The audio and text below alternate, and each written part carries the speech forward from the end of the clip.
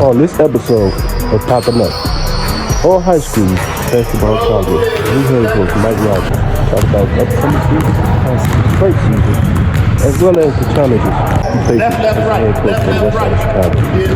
Stay tuned.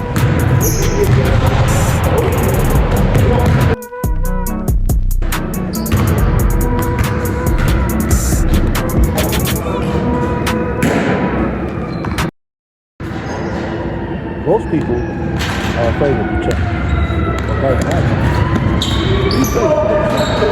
He stopped by today to pick his brain. And guess what, y'all? He's excited for his second season as the all high school basketball coach. So make sure y'all tune in. It's going to be a great episode.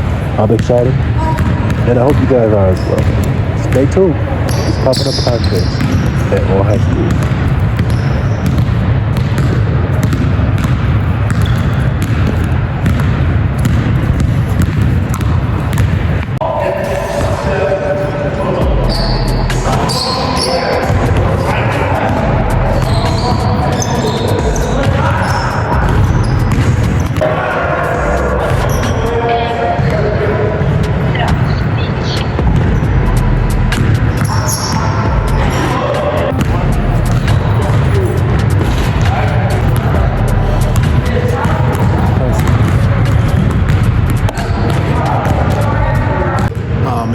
First and foremost, man, I just want to say thank you, Walt, for giving me this opportunity to expose, what I've been trying to do for years.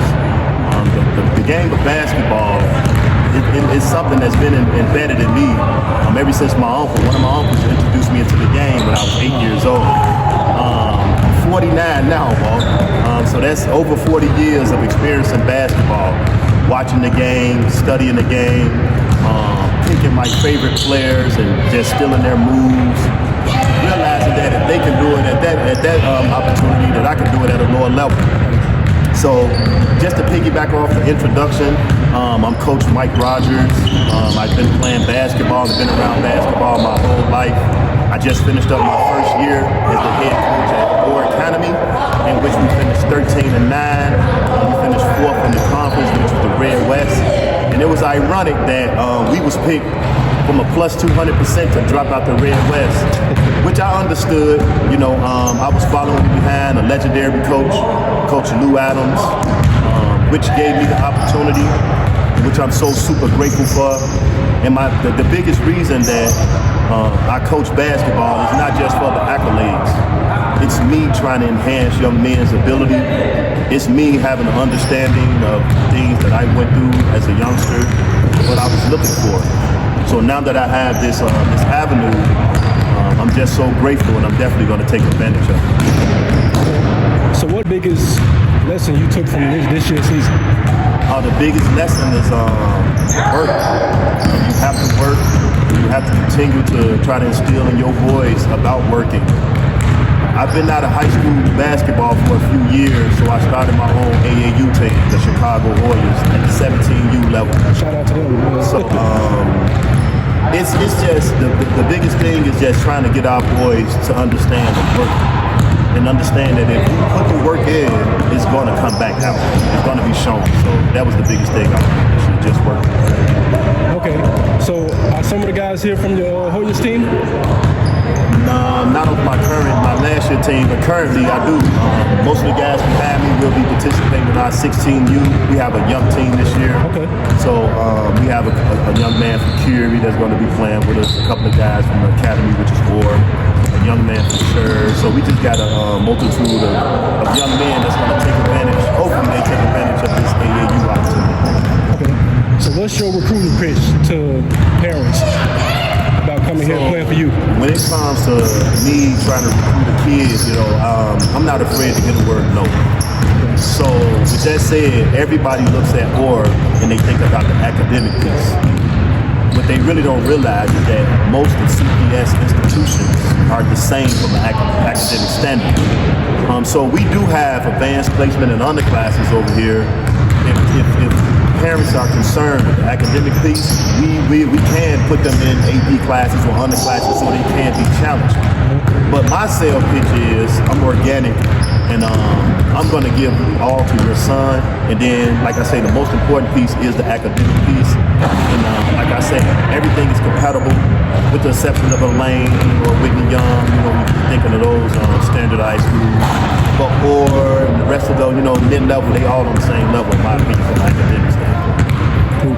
So what's your expectations for this year? To stay in the red, to be honest. And we supposed to be saying that we can go to class 1A.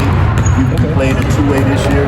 Our population is in between 1A, it's lower, but it's in between 1 or 2. So right now we're petitioning to go 1. My ultimate goal is to put the 4th banner up at Orr Academy. We have 3, which Coach Lou and his coaching staff, they did 3 in a row.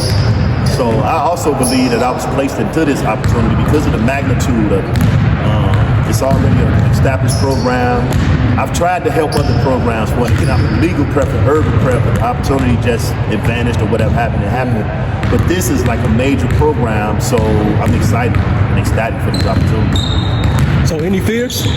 Fears? Any fears then? You know what? I've learned this year also that in order to be successful, you have to fail. Okay. So that's my fear of failing before I reach success. Okay. But like I say, it's going to go back down to work. It's going to go back down to work. Okay, so how was your hiring process? Was it kind of difficult for you? I know we talked about it behind the scenes, but take me through it. Was it something that you was looking forward to, or coming behind Lou? Yeah. To be honest, I did think in my heart that I was the right person for the job. It's not being arrogant. It's just being confident. I mean, like I say, I picked up the game at 8 when I was 8 years old. So I got 40 years of basketball. That's me from watching and studying and respecting the game. So I didn't fear that part. I was actually happy because I'm like, throw me in the limelight, put me out there, coach, or put me out there, whoever. You know, whatever high beam frequency that's going on out here. But the hiring process, it was strenuous because of the paperwork, background checks, and things of that nature. But the interview, that was a doozy too, because I've never interviewed in front of 5 people before. So it was 5 different perspectives, you know, their own thoughts, their own intuition of what they believe success is. And I made it through those avenues, those loopholes, and I'm rewarding the benefits as we speak. Okay, so tell us about Coach Rogers that don't nobody know. And I was born and raised from Chicago, man, West Side. Went to Heffernan Elementary, which is located in K-Town. The reason why we call it K-Town is because it's a lot of streets to get into K. So that was my interpretation. I graduated from alternative high school, but when I did leave grammar school, I went to Crane. It just, you know, man, back in the 90s, it was brutal. Yeah. As far as, you know, gangs and, you know, just all those type of things. It was brutal, so I didn't graduate from Crane, so I found the alternative school, which gave me an outlet, which I walked on to a junior college, Kishwaukee Community College. And I made the team. I was my freshman year, I was in the top 6 rotation. I thought I should have been a starter, but I was a head case, to be honest. And when I say head case, it was just things that I experienced that I didn't know how to deal with and get past. So my only way of dealing with it was being frustrated, being at AH to a certain degree. But yeah, I walked on to Kishwaukee. When I did that my second year, I led us in scoring, rebounding, had a great sophomore year. Got a scholarship to a Georgia College of State University, which is the Division II. Ended up having to leave from there, but eventually I graduated from a small school in Lake Forest, Illinois, Bear College of DePaul. Okay, makes sense. My BA in sociology. Cool. Hey man, I'm excited for you. I actually been a fan of yours for a while. You know, since you back then at Foreman, we got a little history. So, but yeah, I'm excited for you. I hope this year you actually win the conference, in my opinion. So, tell us how you motivate your kids. By leading by example. Okay. See, I'm blessed. I consider myself as being blessed physically. No, I'm not running up and down the court with them and experiencing that anymore. But if I want something done, you know, because I'm still studying the game. Yeah. Another thing that I pride myself on is that I had to get to a point where I had to have a growth mindset. Growing up, I believe that my mindset was fixed because, you know, some adults, you know, when they say you're 18, you're grown, and we started believing that, I thought I was grown, not knowing that there was a lot that I needed to learn. So what I do is I show them what I want them to learn. If I want them to do the stutter step, I show the stutter step. If I want them to skip, I show the skip. If I want them to dribble with their fingertips, we're trying to enlighten them with that. I want them on their balls, their feet. So what I want them to know, I give examples of. All right.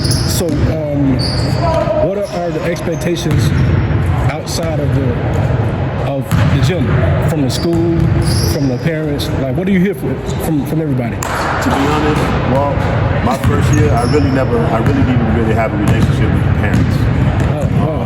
That was unfortunate. But moving forward, I'm gonna have a younger group, so I am gonna be able to reach out to those parents and hopefully they'll be willing to be a part of our journey. But that's my thing. Like I say, I'm not afraid to hear no. I'm a parent myself. And I truly love what I do, is organic, but I would like to build and have a better rapport moving forward with the parents, because I'm a firm believer that it takes a village. Like, I'm gonna do my role, you do your role, you do your role, and then we come together. Hopefully we can have everybody can put a piece of their puzzle, a piece of their pie together, and then, you know, we can build something special for the kids, because that's what it's about. It's not about winning a state championship. It's just about trying my best and do my due diligence to save these kids' lives. Okay, so I got a top kid sitting next to me. For example, you know, top 3 or 4 kid. Your program, what's set aside away from others to make me want to come play for you, and to send my kid to you? You know, work. I'm gonna keep saying work, because I don't have the Adidas contract, I don't have the Nike's contract, I don't have none of those things. Right. So me just being organic when I introduce myself to you, I do have the experience of playing at the highest level. I actually have the experience of coaching at the collegiate level. So I just feel like my melting pot can be something, an avenue to help. Like I said, it takes a village. I'm not saying that I'm going to be the one and help your son get to the NBA, but as an organic, we work together. My goal is to get them a scholarship. My goal is to get them to the next level, which is college. And then after that, the sky could be the limit. So it's just me being organic and word of mouth. Most of the kids that's going to play for me up and coming year is word of mouth.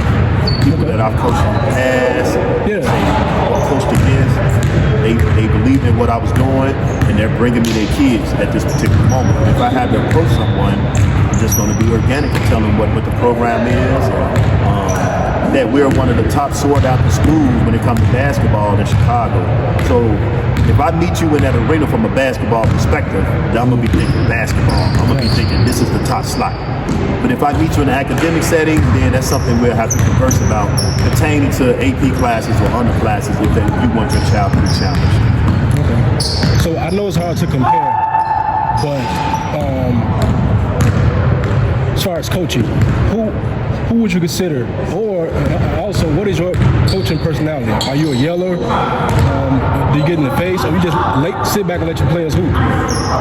That's interesting, because when I was younger, I used to yell, but then I realized I was doing these kids a disservice, so I had to get in the gym with them. So, to be honest, and this ain't no disrespect towards a kid, I don't trust your talent. It's a certain way that I want you to play, and it's a fundamental way. I want you to catch and look first. I want you to jab. I want you to rip through. I want you to advance the basketball. So it's a certain way that I want you to play, and it's the right way from them 40 years of me studying the game and things of that nature.